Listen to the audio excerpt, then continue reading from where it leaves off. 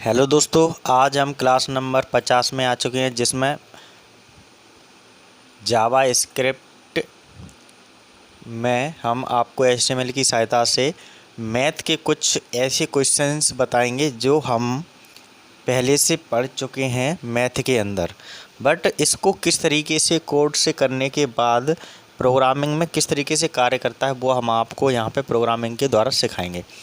तो आज first math का एक फंक्शन है, उसके अंदर हम पढ़ेंगे पी आई मीन्स होता है पाई का मान। ठीक है, तो पाई का मान किस तरीके से फाइंड करेंगे वो यहाँ हम देखेंगे।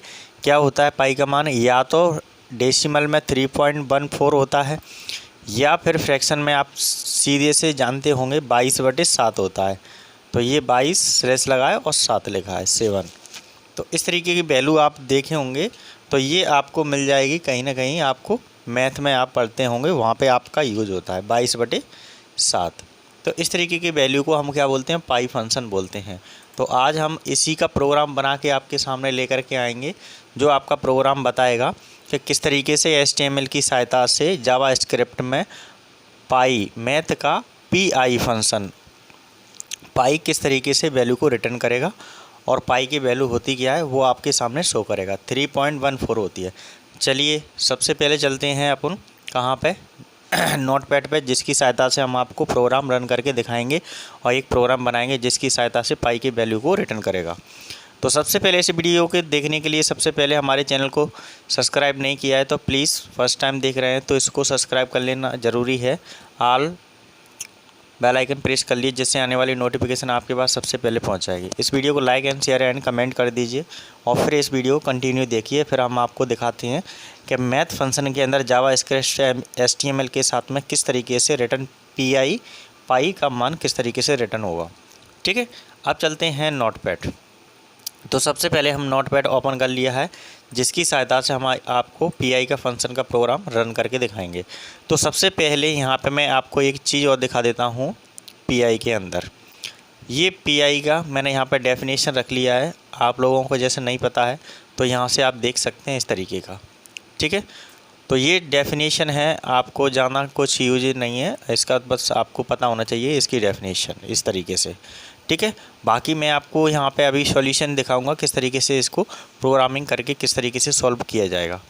तो सबसे पहले हम प्रोग्राम की ओर चलते हैं। ये तो सब थियोरेटिकल है, आराम से कर सकता है कोई भी बच्चा। ठीक है, तो मेन है हमारा प्रोग्राम कैसे कार्य करेगा वो चलते हैं हम कार्य आपको बताते हैं। तो सबसे पहले ये हमने नोटपैड ओपन कर लिया है। ठीक है, सबसे पहले हमने नोटपैड ओपन कर लिया है। ये हमारा नोटपैड आ गया है जो मेन फ्रेम के अंदर, जिसमें हम 50 नंबर क्लास को अटेंड कर रहे हैं। ठीक है, सबसे पहले हमें क्या करना पड़ेगा,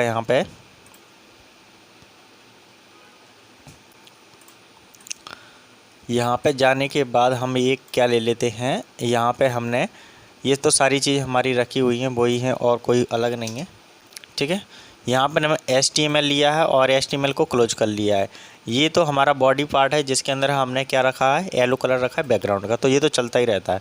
सबसे पहले चलते हैं हम जो भी कार्य करते हैं HTML के अंदर बॉडी पार्ट के अंदर कार्य कराएंगे। तो बॉडी लिखा हमने लेस देन ग्रेटर देन के अंदर, और बॉडी को हमने क्या कर लिया, लेस देन ग्रेटर देन के अंदर स्लैश बटन से बॉडी को भी यहाँ पे हमने क्या कर लिया, क्लोज कर लिया। अब हमारा जो भी कार्य होगा वो किसके अंदर होगा, बॉडी पार्ट के अंदर चलेगा।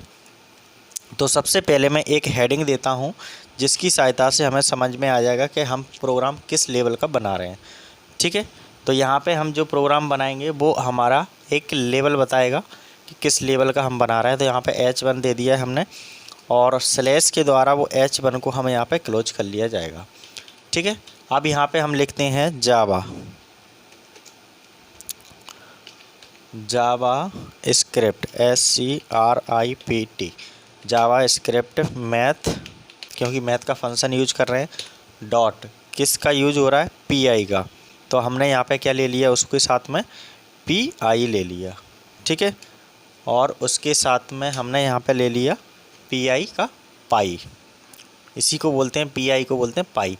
पाई का मान मीन्स क्या होता है, 22/7। ये आपने देखा होगा बहुत पहले से ही, तो ये तो आपको पता ही होगा 22/7, या फिर इसी को बोल सकते हैं 3.14 आपका वैल्यू आता है, उसी को भी बोल सकते हैं, सेम ऐसे ही होता है।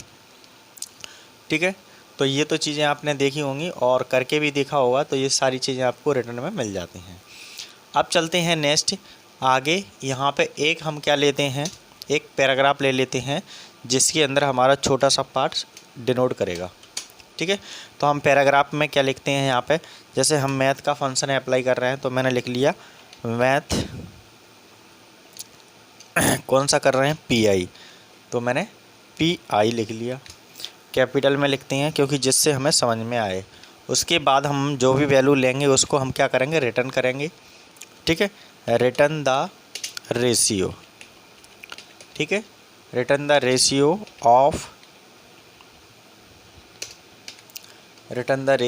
Of a circle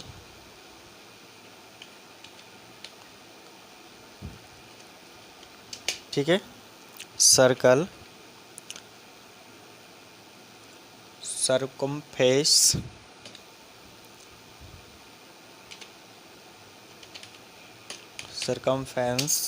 to its diameter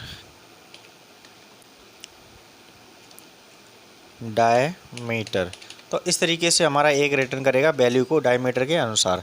तो ये हमने क्या लिया था यहाँ पे, इस तरीके से एक पैराग्राफ लिया था और पैराग्राफ को उसको हम क्लोज कर लेते हैं यहाँ पे पी के नाम से। तो इस तरीके से हमने एक पैराग्राफ ले लिया था और इसको ओपन नहीं किया था, तो ओपन पहले कर लेते हैं पैराग्राफ को और क्लोज हमने कर दिया है पी के नाम से। तो ये हमने एक पैराग्राफ लिया है जिसके अंदर हमारा प्रोग्राम रन होगा। तो ये तो हमारा कुछ भी लिख सकते हैं, यहाँ पे कोई दिक्कत नहीं, प्रोग्राम के अंदर जो चल रहा है वो। अब हमारा मेन प्रोग्राम यहाँ से शुरू होता है आपका, कहाँ से, ये पार्ट से हमारा मेन प्रोग्राम शुरू होता है, स्टार्टिंग पॉइंट। तो सबसे पहले हमने एक पैराग्राफ पी लिया जिसके अंदर आईडी लेंगे, आईडी के अंदर हम इक्वल टू इनवाइटेड कॉमा लगाएंगे शिफ्ट के साथ में।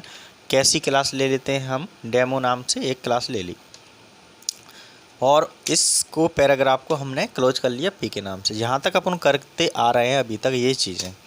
ठीक है, उसके बाद जावा स्क्रिप्ट पढ़ रहे हैं तो जावा स्क्रिप्ट के अंदर हमें स्क्रिप्ट टैग का यूज करना पड़ेगा, जब ही हमारा क्या होगा, मैथ फंक्शन यूज होगा। और उसको स्क्रिप्ट टैग को हम क्या करते हैं, पी के उसको स्लैश द्वारा क्लोज भी कर लेते हैं। तो यहाँ तक तो आपको क्लियर पॉइंट समझ में आ गया होगा, कोई दिक्कत नहीं है इतना। अब चलते हैं नेक्स्ट फंक्शन की ओर। नेक्स्ट फंक्शन क्या कह रहा है कि जब हमने एक क्लास ली, क्लास लेने के बाद हमारा सीधे सीधे हमें किसका, पाई का मान फाइंड करना है।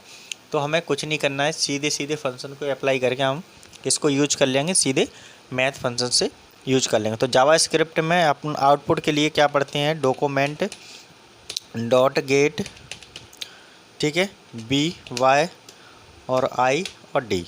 इसके बाद हम क्या यूज करते हैं, एलिमेंट, सॉरी इसके पहले ही करते हैं, ये हमने बाद में लिख दिया, ELEMENT, ये लिखते हैं गेट एलिमेंट वाई आईडी। और आईडी हमने ऊपर कैसा क्लास लिया है, ब्रैकेट के अंदर इनवाइटेड कॉमा के अंदर क्या लिया है, डेमो क्लास।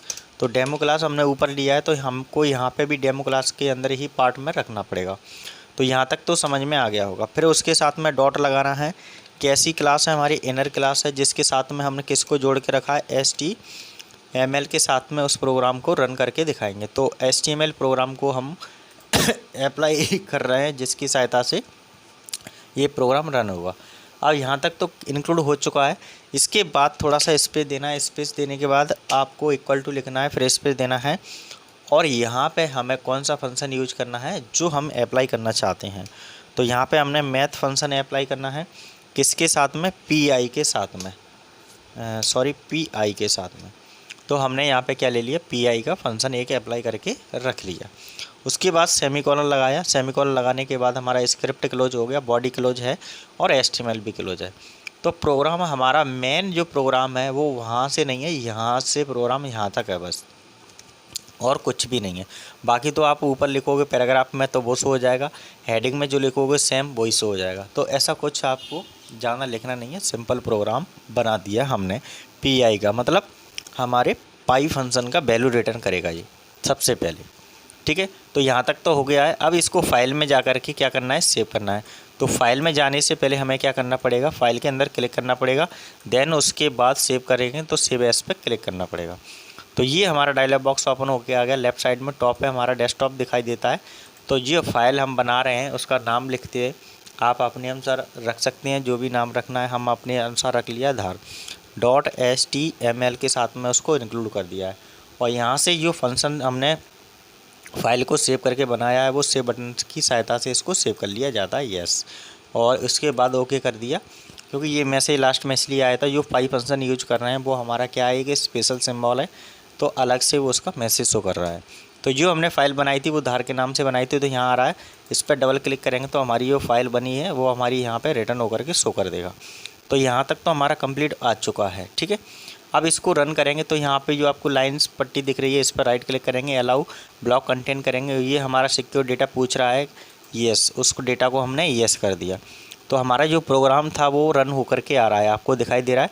22/7 को जब डिवाइड करेंगे तो यही आंसर आएगा हमारा, ठीक है। तो यहाँ पे मैंने पाई के द्वारा इसको रिटर्न कर लिया और पाई की वैल्यू यहाँ पे रिटर्न हो चुकी है। तो आपको समझ में आ गया कि किस तरीके से हमने फंक्शन अप्लाई करके एक पाई का मान किस तरीके से फाइंड किया। तो ये चीज़ें आपको यहाँ पे समझ में आ गई होंगी, जो मैंने रिटर्न रखा था कि पाई किस तरीके से वैल्यू रखा है, तो वो यहाँ पे हमने रख दिया था। सिर्फ यहाँ पे एक क्लास ली थी, क्लास लेने के बाद जावा स्क्रिप्ट के अंदर हमने क्या रखा है, उसको आउटपुट में क्या ले लिया है, इक्वल टू मैथ PI, ठीक है।